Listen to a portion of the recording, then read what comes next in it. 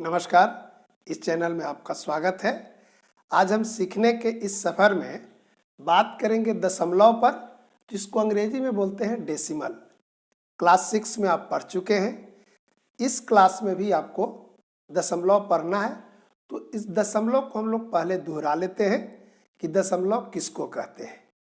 तो दशमलव एक प्रकार का भिन्न है। जैसे अगर हम लिखते हैं 4/10, तो ये क्या हुआ? भिन्न है। अब इसको हम दशमलव में कैसे लिखते हैं आप जान रहे हैं, फिर दोहरा देते हैं। यहां लिखेंगे 4 और बटा 10 होगा, तो दशमलव के बाद एक अंक होना चाहिए, ऐसा लिखेंगे। ओके। अगर लिखे 2/10 तो लिखेंगे 0.2। तो भिन्न का ही दशमलव में हम लिखे, ये तरीका है। किसको? दशमलव के रूप में लिखे तो ऐसा, और भिन्न के रूप में लिखे तो ऐसा। तो दशमलव एक प्रकार का भिन्न है, एक लिखने का तरीका है। जैसे हम लोग कोई चीज भिन्न में न लिख के इसको दशमलव में लिखते हैं। इसको पढ़ते हैं बटा में, इसको पढ़ते हैं दशमलव में। जैसे लिखना हो 5/100, इसको दशमलव में लिखना है तो क्या लिखेंगे? सबसे पहले 5 लिखेंगे और नीचे में कितना है? 100। तो दशमलव के बाद 2 अंक होना चाहिए। दशमलव के बाद कितना अंक होना चाहिए? 2 अंक। तो अगर हम यहां दशमलव देते हैं तो 2 अंक कैसे बनेगा? 5 के आगे अगर हम शून्य बैठाएंगे तो कितना हो जाएगा? 50। तो अंक का मान तो बदल गया, बदलना नहीं चाहिए, लेकिन 2 अंक हो। तो हम क्या करेंगे? 5 के पहले यहां पर शून्य बैठाएंगे। आई बात समझ में? अगर जैसे हो 2/100 तो लिखेंगे 0.02। तो बटा 10 रहेगा तो दशमलव के बाद 1 अंक, बटा 100 रहेगा तो दशमलव के बाद 2 अंक।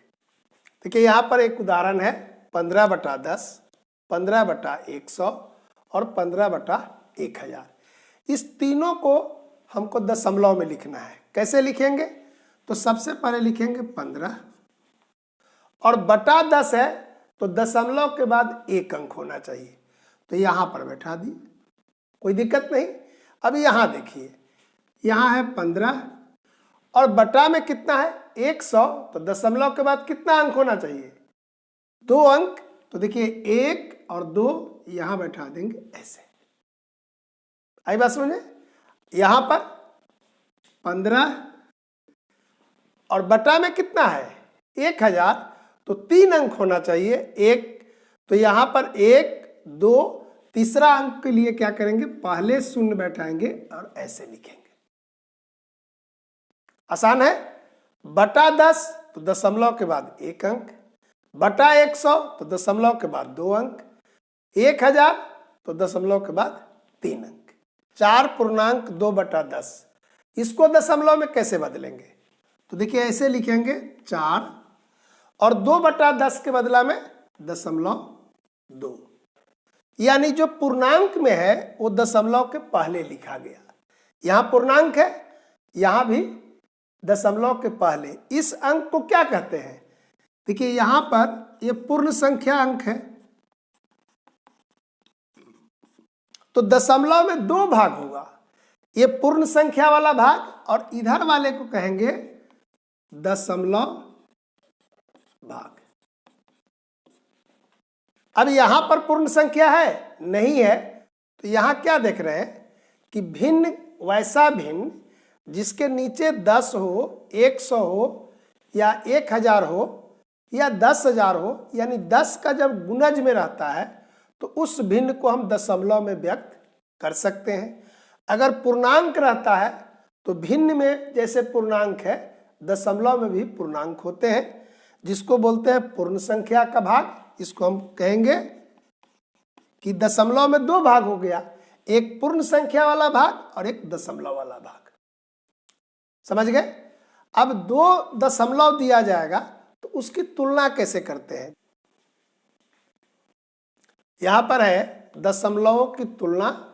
जैसे है 0.4 और 0.2, कौन अंक बड़ा होगा और कौन छोटा होगा?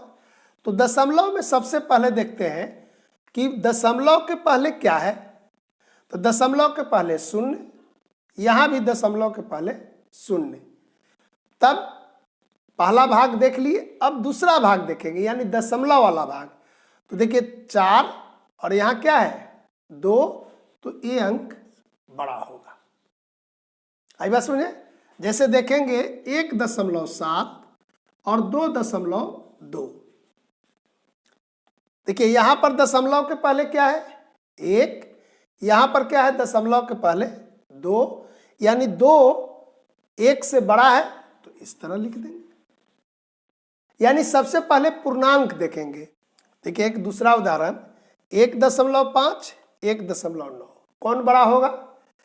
तो सबसे पहले क्या देखेंगे, दशमलव के पहले जो पूर्ण संख्या भाग है पूर्णांक उसको देख लिए। यहाँ 1 है और यहाँ भी 1 है, यानी दशमलव के पहले वाला अंक क्या है बराबर है। तब दशमलव के बाद वाला देखेंगे। तो दशमलव के बाद यहाँ 5 है और दशमलव के बाद यहाँ 9 है। तो कौन अंक बड़ा होगा 9 बड़ा होगा, तो ऐसा लिख देंगे। 13.4 और यहाँ 4.7, कौन बड़ा होगा। तो देखिए 13 बड़ा है 4 से, यानी पूर्ण संख्या वाला भाग बड़ा है, तो दशमलव को देखेंगे ही नहीं, बड़ा हो गया। यहाँ देखिए 5.7 और 5.09, तो पहले क्या है दशमलव के पहले 5 और यहाँ भी 5, ये दोनों तो बराबर हो गया। अब देखिए यहाँ क्या है 7 है, लेकिन यहाँ क्या है दशमलव के बाद 0 है, यानी 7 0 से क्या होगा बड़ा होगा, तो ये अंक बड़ा हो जाएगा। यानी 9 को हम देखे ही नहीं, मतलब कि दशमलव के बाद वाला एक अंक का तुलना दशमलव के एक अंक के बाद करेंगे। और यहाँ पर दूसरा अंक नहीं है तो तुलना का जरूरत ही नहीं आया, क्योंकि ये अंक बड़ा हो गया इस अंक से। अब देखिए यहाँ पर क्यों हुआ, तो 0.7 का मतलब क्या हुआ कि ये 7 है, 7 दशांश, इसी को कहते हैं 7/10।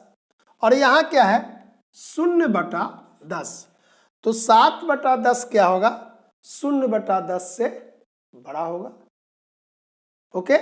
अगर ये दूसरा अंक का क्या मतलब हुआ कि 9/100 दूसरा स्थान है, तो ये 9/100 को क्या पढ़ेंगे, देखिए 9/10 को पढ़ेंगे 9 शतांश, यानी 9/100। तो यहां पर कोई शतांश का अंक नहीं है, तो हम तुलना शतांश का नहीं किए। तो हमेशा तुलना जब करेंगे तो सबसे पहले तुलना किसका करेंगे, पूर्ण संख्या का,